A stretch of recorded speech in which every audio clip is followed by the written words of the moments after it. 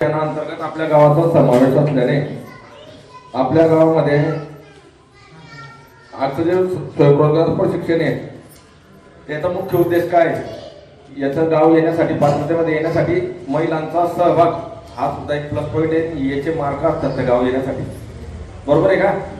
मागच्या वेळेस जेव्हा मिटिंग झाली तेव्हा एवढी गर्दी नव्हती, मोजून फक्त त्या महिलांपैकी 10 ते 15 महिला असतील फक्त संघाची चेहरा बदली घ्या, बरोबर आहे ना?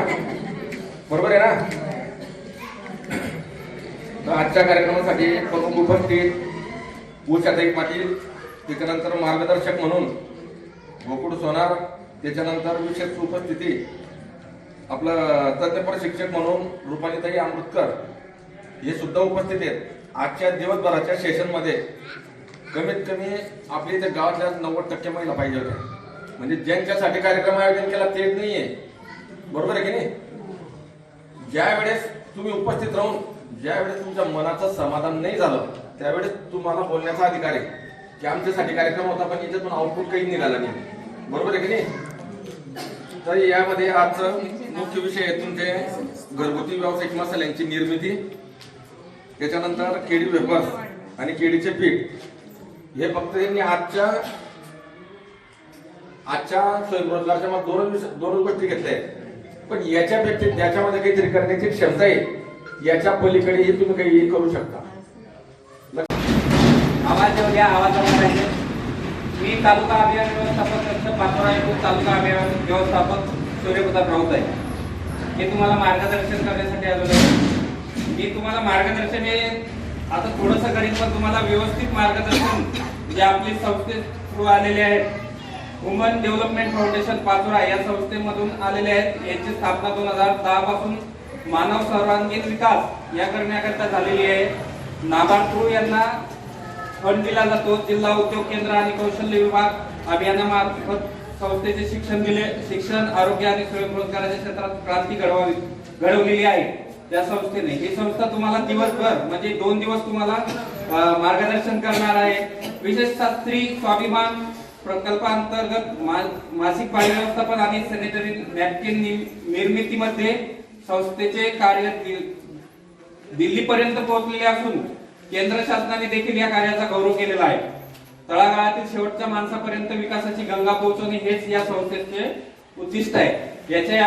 या संस्थेमुळे आपल्याला 2 दिवस, तुम्हाला 2 दिवस, कारण की तुमच्याकडे वेळ नसतो, या 2 दिवसात चांगल्या प्रकारे या संस्थेचे दिलेले मार्गदर्शन चांगलं ग्रहण करा आणि त्याचा आपल्या जीवनात कसा उपयोग होईल हे बघा.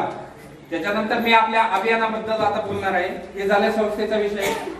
तुमचे एसएचजी स्थापन व्हायला प्रॉब्लेम होता, हे बघा. एसएचजीचं महत्व सरांनी थोडक्यात तुम्हाला सांगितलेलं आहे. ते एसएचजी स्थापन करण्यासाठी या ताईंना 2 ताई आहेत तुमच्या इथे, 2 सीआरपी आहेत, 2 खुर्द आणि बुद्रुक मध्ये.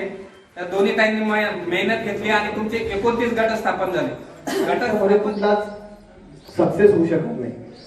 मग ते फॅमिलीमध्ये कोणीतरी काहीतरी भावंडाचे वाद असतील किंवा काहीतरी एक कुठेतरी मनातली चोट पेटल्याशिवाय तो प्रोजेक्ट सक्सेस होत नाही. नाही तर आपण चाललंय काहीतरी करायचंय. सरांनी खूप चांगला विषय सांगितले आणि हे प्रॅक्टिकली आहे की याच्यामध्ये आपली जी संस्था आहे तर आपल्या संस्थेमार्फत वेगवेगळ्या लेवलला वेगवेगळ्या परिस्थितीनुसार आपण काम करतोय. संस्थेची स्थापना ही अशी झालेली आहे की मानवी विकास हा सगळ्या लेवलला झाला पाहिजे. आपण कोरोना पाहिला, लॉकडाऊन मध्ये काय परिस्थिती होती, नोटबंदीचा काळ आपण बघितला, लेचा काळ बघितला, चिकनगुनिया बघितला. तर याच्यातनं एकच परिस्थिती लक्षात येते सगळी की ग्रामीण भागाचं जे जीवन आहे, जे हेल्दी आपण खातोय, जे हेल्दी राहतोय, जे परिस्थितीला आपण काम करतोय, तर त्या लेवलला शहरी भागात तेवढं राहिलेलं नाहीये. लॉकडाऊन मध्ये, कोरोना मध्ये आपण पाहिलं की मानसिकतेने लोक गेले. ज्यांना काही झालेलं नव्हतं पण त्यांचा माइंडसेट नव्हता, मानसिकता नव्हती, तर ते गेले. पण तेच ग्रामीण भागामध्ये परिस्थिती तेवढी होती का तेवढी परिस्थिती?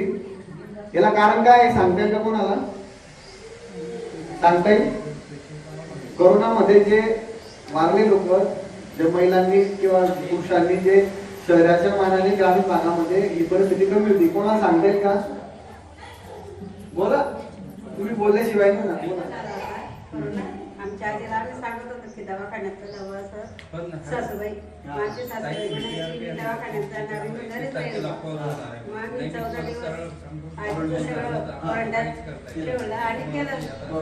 माझी पाणी घेत नव्हता, दूध पण देत होतो, थोडं टाकत होतो, जेवढं मार वगैरे झाली आणि केलं. मग आम्ही आज सगळेजण बोलायचे आम्हाला की तुमच्या घरात सासूबाईला कोण नाही बा, तुम्हाला पण झाला असेल.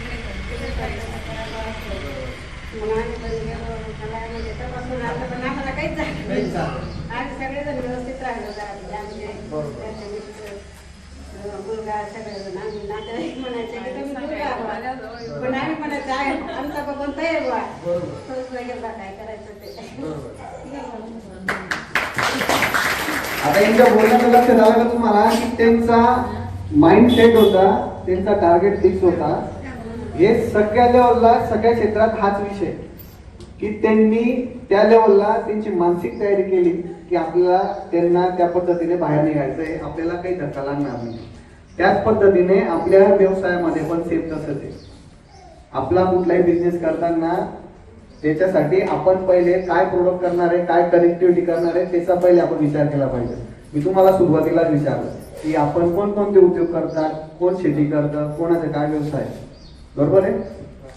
उदाहरण द्यायचं जर झालं की आता जसं करोनामध्ये त्यांनी स्ट्रगल मधून प्रत्येकाने कुठल्या ना कुठल्या परिस्थितीला त्याच्यातनं हातपाय मारून सनी आपलं बाहेर निघाले, रस्ता काढला. तर करोनामध्ये बऱ्याच लोकांना उद्योग पण भेटले, बऱ्याच लोकांना कामं पण मिळाली, गावामध्ये उद्योजकता तयार झाली, त्यांना डेअरिंग आली, त्यांनी ते केलं. आणि आपण जोपर्यंत कोणाला एखाद्याला गुरु मानत नाही, एखाद्याला मेंटॉर मानत नाही, तोपर्यंत आपण त्या विषयाचं आपण पुढे जाऊ शकत नाही. त्यामध्ये